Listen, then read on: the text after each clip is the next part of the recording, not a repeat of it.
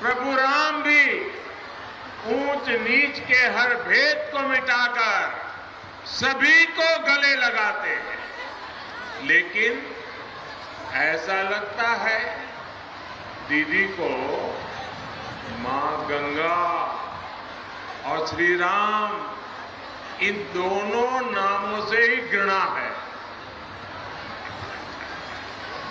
दीदी गंगा के किनारे बसे भारतीयों को गाली देती है, उनकी आस्था का, उनके खान पान का, उनकी भाषा बोली पहनावे का अपमान करती है और राम नाम के साथ तो उनकी नफरत इतनी बढ़ गई है कि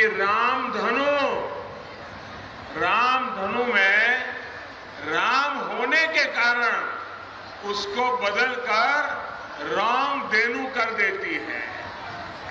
भारत का कोई भी नागरिक, चाहे वो किसी मत मजहब का हो, उसको पीढ़ियों से रामधनु से कोई समस्या नहीं रही। लेकिन दीदी ने अपने वोट बैंक के लिए इस पर भी राजनीति का प्रयास किया।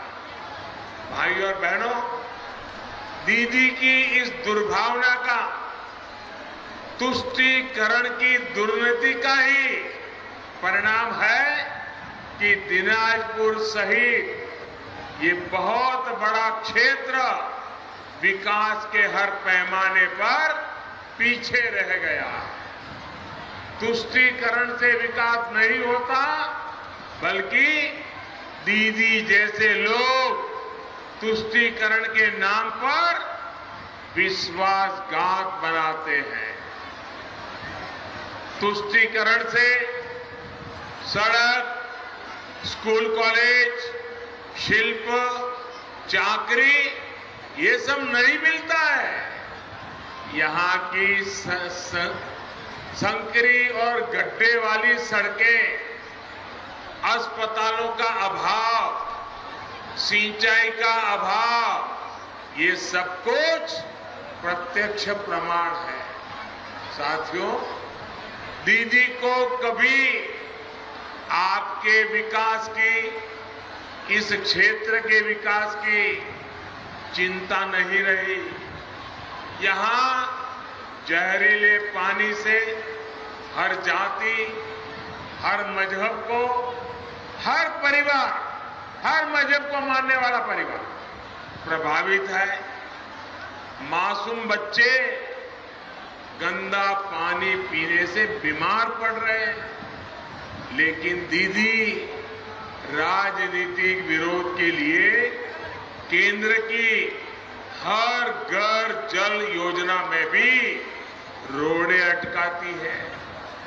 यहाँ अस्पताल, मेडिकल कॉलेज की बातें तो बहुत की, लेकिन स्थिति क्या है ये आप अनुभव कर रहे हैं।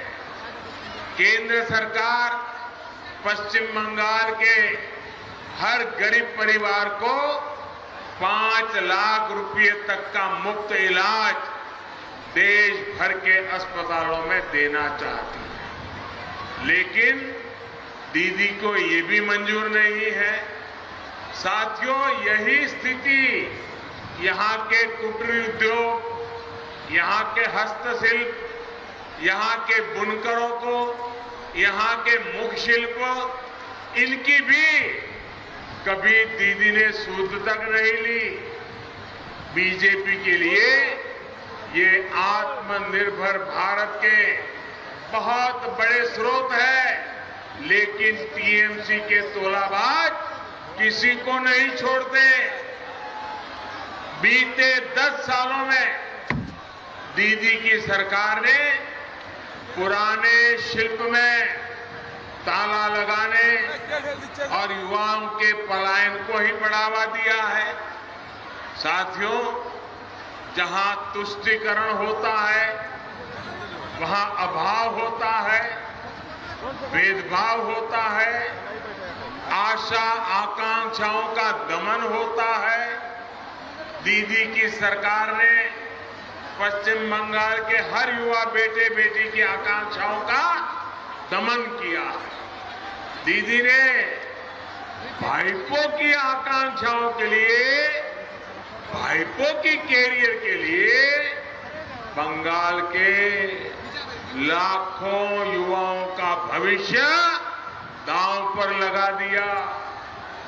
आज जब हम बड़े बड़े प्लॉट की बात सुनते हैं, बड़ी बड़ी गाड़ियों की बात सुनते हैं, हर महीने करोड़ों रुपयों की काली कमाई की बात सुनते हैं, तो पता चलता है कि दीदी ने किस तरह अपना सारा ध्यान भाइपों के ही विकास पर लगाया।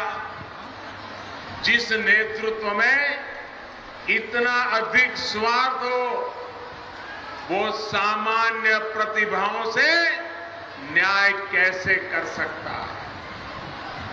भाई और बहनों, जब इस दुर्नीति के विरुद्ध में मैं सवाल उठाता हूं, आपके लिए अगर मैं सवाल उठाता हूं, बंगाल के नौजवानों के लिए सवाल उठाता हूं, बंगाल की माताओं बहनों के लिए सवाल उठाता हूं, बंगाल में कानून व्यवस्था के लिए सवाल उठाता हूं, तो दीदी क्या करती है?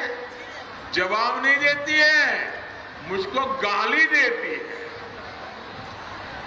कहती है मोदी से कान पकड़वाकर उठक बैठक करवाएगी। अरे दीदी, ओ दीदी, आदरणीय दीदी, आपने बंगाल की गरीब जनता को लूटने वाले तोलाबाजों के कान मरोड़े होते अपने सबसे प्रिय भाइपों से उठक बैठक करवाई, तो आज ये दिन आपको देखने नहीं पड़ते दीदी। ये आपका विदाई समारोह है। देखो साथियों, आज हालत ये है कि दीदी की सुबह और शाम मोदी को गाली दिए बिना ना शुरू होती है और ना ही खत्म होती है। और दीदी क्या क्या बोल रही है, उन्होंने सिर्फ इस चुनाव में कैसे गाली दी है, ये मैं आज बंगाल के लोगों के सामने, देशवासियों के सामने और अपने आप को बुद्धिजीवी मानने वालों के सामने भी दोहराना चाहता हूं। 19 मार्च को दीदी ने कहा कि वो मोदी का चेहरा नहीं देखना चाहती।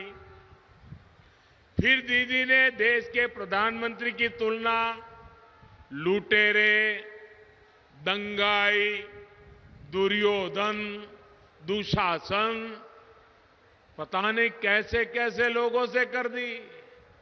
20 मार्च को दीदी ने मुझे श्रमिकों का हत्यारा बताया, दंगा करने वाला बताया। 24 मार्च को दीदी ने कहा देश का प्रधानमंत्री झूठा है, देश का प्रधानमंत्री सिंडिकेट से जुड़ा है।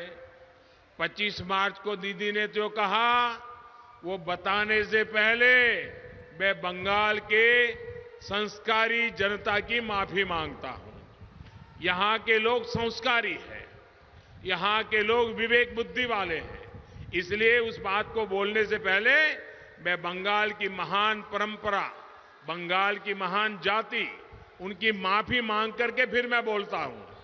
दीदी ने मुझे जो गाली दी, मैं उसे मजबूरी में दोहरा रहा हूं।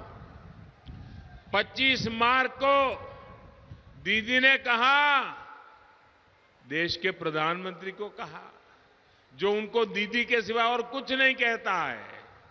ज्यादा से ज्यादा 2 बार बोलता हूं, दीदी, ओ दीदी।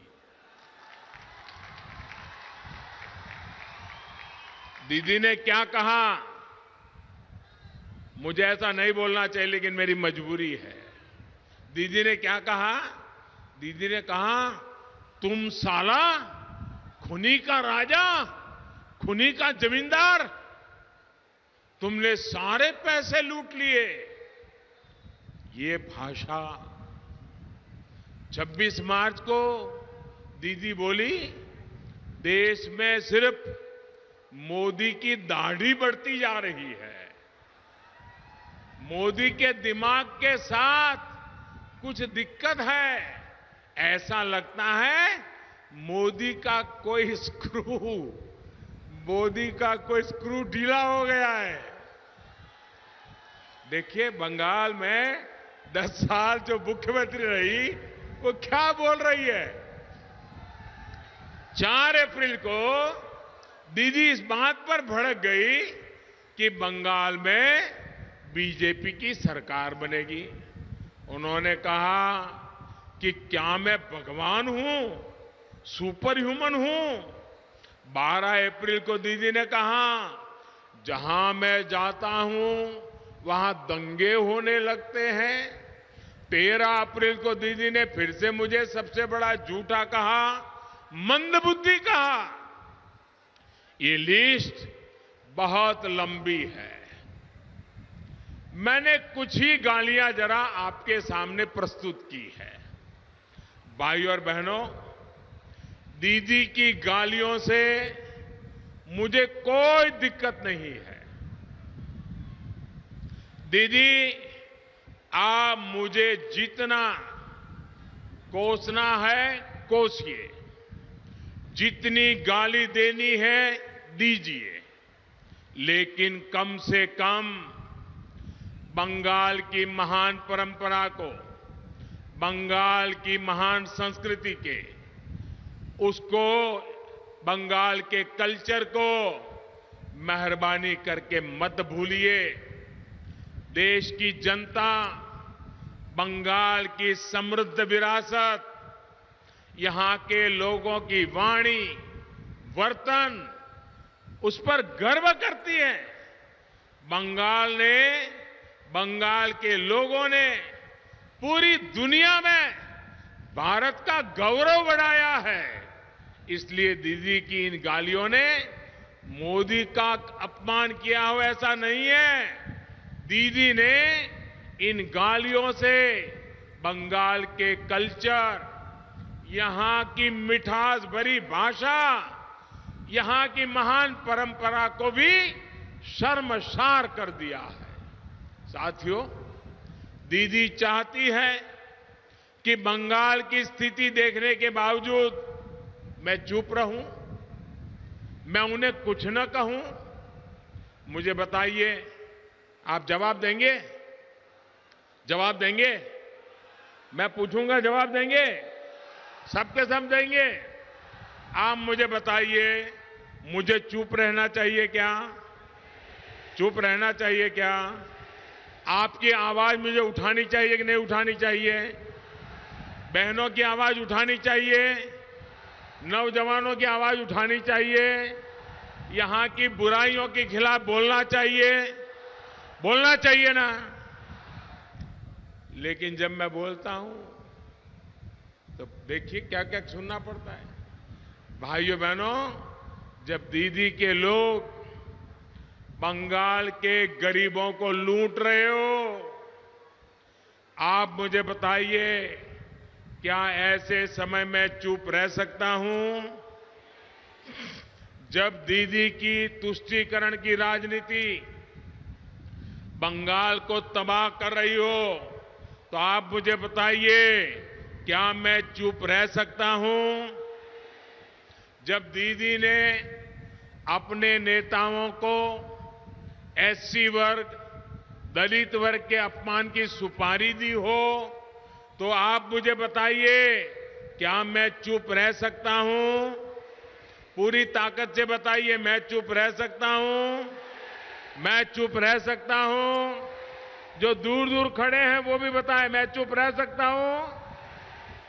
साथियों, पश्चिम बंगाल में दीदी के करीबी ने एससी वर्ग के लिए भिखारी का उपयोग किया है। भिखारी